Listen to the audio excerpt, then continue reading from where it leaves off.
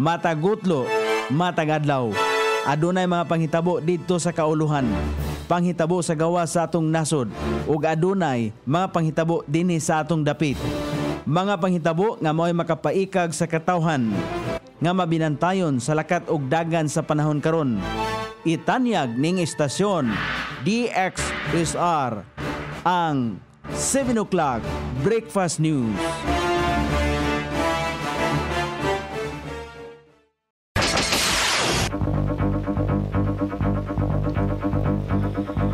Higala, kumusta? May buntag Iligan, may buntag Mindanao, may buntag Pilipinas.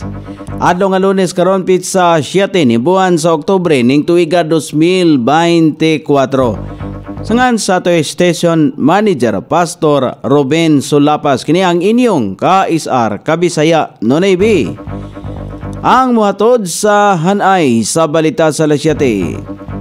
O karon sa ulohang tudling sa ato mga balita, wanted sa kasong pagpatay nadakpan. Transaksyon sa ginadiling droga nasapnan sa mga otoridad. Nagmaniho og motorcycle dakpan sa pagdala og ginadiling droga. Lalaki nasapon nga nagripak og ginadiling droga. US nagpadala og equipment og personnel aron mutabang sa relief operation sa Batanes nga naigo sa bagyong Julian. Philippine National Police nagsumiti na og listahan sa Comelec nga mga potential election areas of concern. Kanhi Presidente Rodrigo Duterte modagan sa pagkamayor sa Davao City, basti Vice Mayor. Balita sa gawa sa nasod Indonesia na gialerto ang katawhan tungod sa pagboto sa Mount Merapi. Balita sa kinabuhing Kristohanon, mga Kristohanon sa Lebanon, padayon nga nagsalig sa plano sa Ginoo.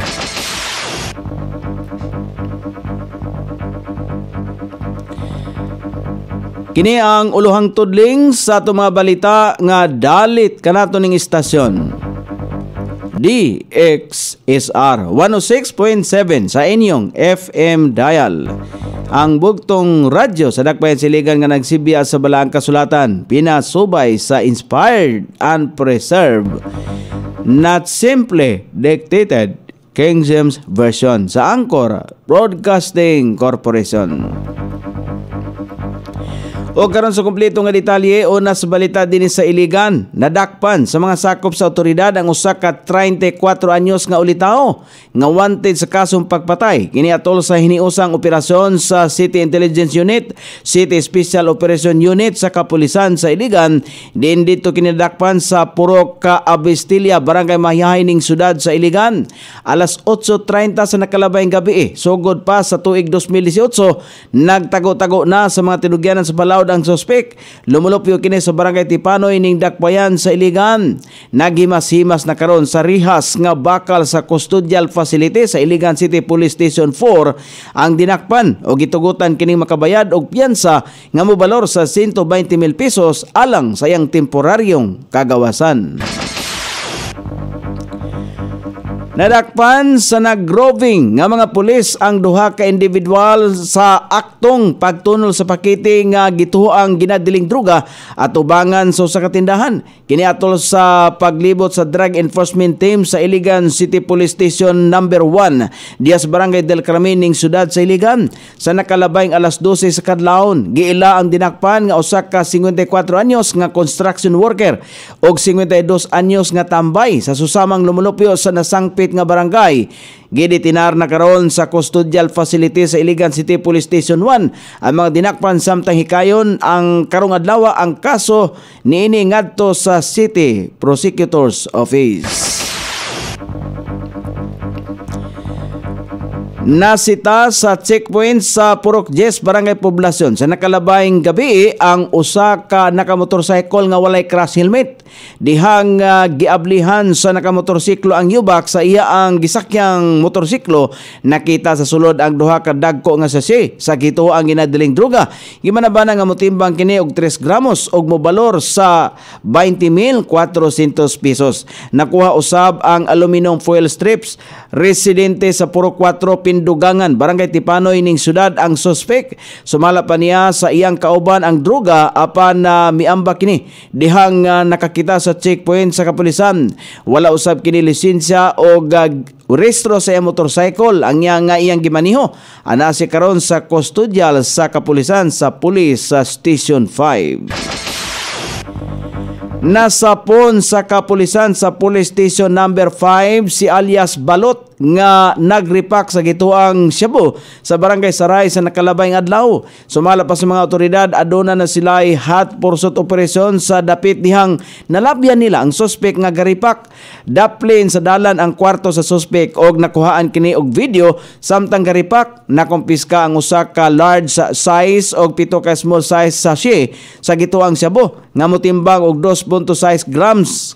Gibanabana nga mo kantidad kini og 17,680 pesos lakip sa nakuha gikan sa iyang posisyon ang weighing scale og paraphernalia.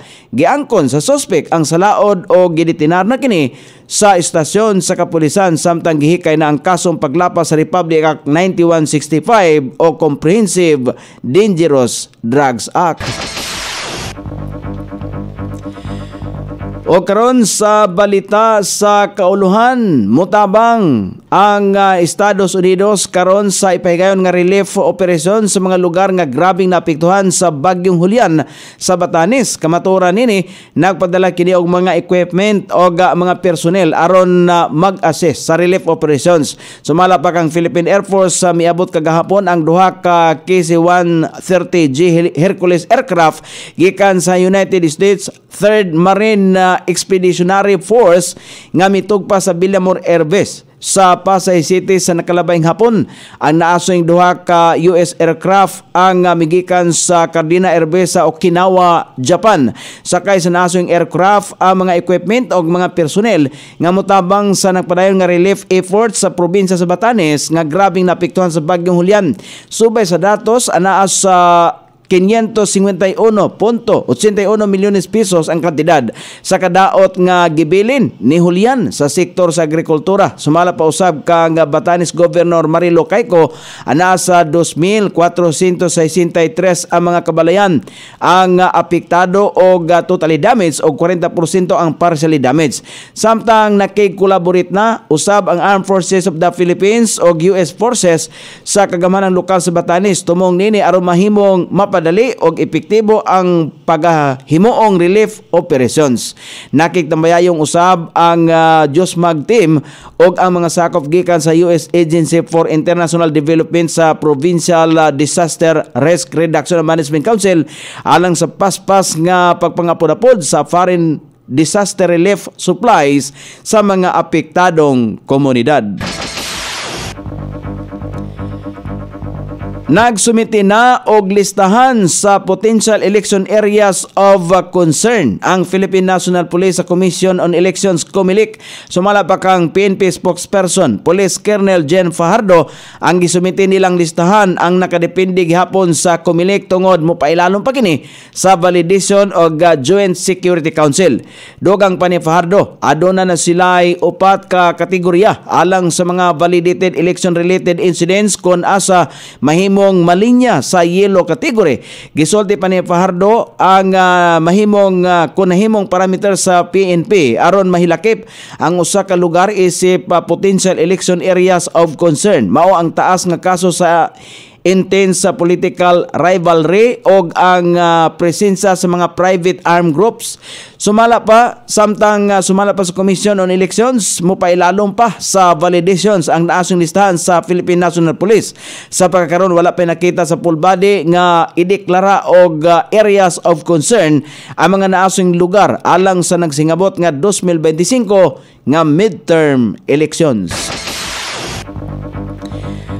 Plano ni kanhi Presidente Rodrigo Duterte nga subling mo kandidato sa pagkamayor sa Davao City sa 2025 nga eleksyon. Gipadayag ni Duterte niadtong Sabado ang posibleng mudagan siya Katandim ang anak nga si Davao City Mayor Sebastian Basti Duterte isip Vice Mayor. Gipadaplin una ni Duterte ang pagdagan isip senador tungod kay siya tigulang na og mamahimong dili niya kayahon ang pagpangampanya sa tibok nasod. Una nang gisulti sa iyang anak nga si Vice President Sara Duterte nga mokandidato pagka-senador ang iyang amahan. Kauban ang mga igsuon nga sila si Basti og Davao City Representative Paulo Duterte. Gipanghimakak usab niya kini og gikaingong nangumidya lamang ang iyang anak nga babay. Gipaklaro usab niya nga wala siya ay kapital o pondo sa politika pagkahuman sa iyang termino niadtong 2022. Sa wala pa napili si presidente sa nasod niadtong 2016, pipila na kahigayon usab nga gihuptan ni Duterte ang pagkamayor sa Davao City. O karon sa balita sa gawas sa nasod, gialerto sa nasod sa Indonesia ang mga katawhan, ilabi na ang mga lumulupyo haduol sa Mount Merapi, ang usa sa mga active volcano sa nasod. Kini nga alerto gipamahayag sa mga katawhan human nga nakit-an sa otoridad ang kalit nga pagsaka sa kalihukan sa nasong bulkan. Gipasidan-an sa mga otoridad ang mga katawhan sa Java Island nga delikado ang isla sa posibleng paglinog og sa lava ang mga haduol nga suba sa naasoyng bulkan. O karon sa balita sa kinabuhing Kristohanon, bisan pa man sa kasamtangang panagbangi o kagubot tali sa Israel og rebuilding grupo nga Hezbollah, nagpadayong gihapon ang mga Kristohanon og salig sa plano sa Ginoo. Gikataho nga adunay mga Kristohanon nga nadamay sa naasoyng panagbangi hinungdan sa padayong hulga ngadto sa ilahang kinabuhi. Sumala pa sa mga Kristohanon adunay kaigsunan nila ang lumulupyo haduol sa mga kampo sa Hezbollah apan nagpasalamat kon pasalamat sila sa proteksyon nga gihatag sa mga kasundaluhan sa Israel aron nga dili sila madamay sa panagbangi. Kini ang sitwasyon sa mga Kristiyano nga nagpuyo hadol sa Israel-Lebanon border. O karon sa kahimtang sa pagbanabana sa dagan sa panahon, karong butaga sumalapas pag-asa adunay low pressure area. Base sa available data nga gipagawas karon nga buntag, kaganihang alas 3 anak ni mahimutang sa 165 kilometro sa amihanang kasagpang bahin sa Coron, Palawan. Samtang ang Intertropical Convergence Zone ang makaapektar sa Southern Luzon, Visayas ug ingon man dinhi sa Mindanao. Ang Bicol Region, Mimaropa, Quezon, Rizal, Laguna ug Batanes, akon Batangas, Metro Manila ug ubang bahin sa nasod ang makatagamtam o madagumon nga kalangitan inubanan sa patak-patak ka mga pagulan. Kini epekto sa Tropical Convergence Zone, ang Ilocos Region, Cordillera Administrative Region, Cagayan Valley ug Central Luzon. Ang makatagamtaw madag-umon nga kalangitan inubanan sa patak-patak ka mga pagulan. Kini epekto sa Easterles. Samtang ang Mindanao ang makasinati gihapon sa madag-umon nga kalangitan inubanan sa patak-patak nga mga pagulan. Kini epekto sa Intertropical Convergence Zone o localized thunderstorm. Sukod sa temperatura dinhi sa Dakbayan Siligan, ang kabugnaon na nasa 25 ug ang kainiton musangko sa 29 degrees centigrado. Ang adlaw misilang kaganiha sa alas 5:46 ug musapon niya sa alas 5:41 sa sayong takna sa kagabion.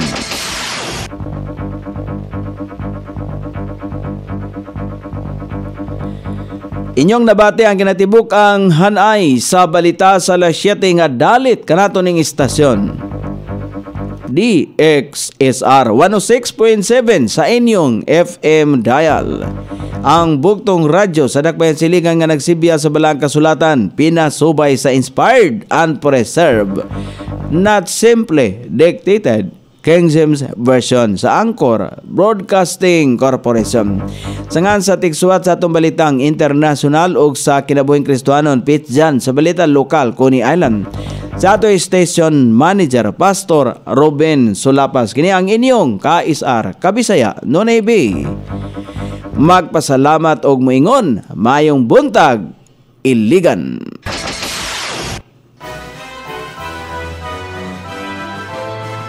Inyong nabati ang 7 o'clock breakfast news hangtod na usab og mga adlaw sa samang takna o sa samang istasyon. Daghang salamat sa iyong pagpaminaw og maayong buntag.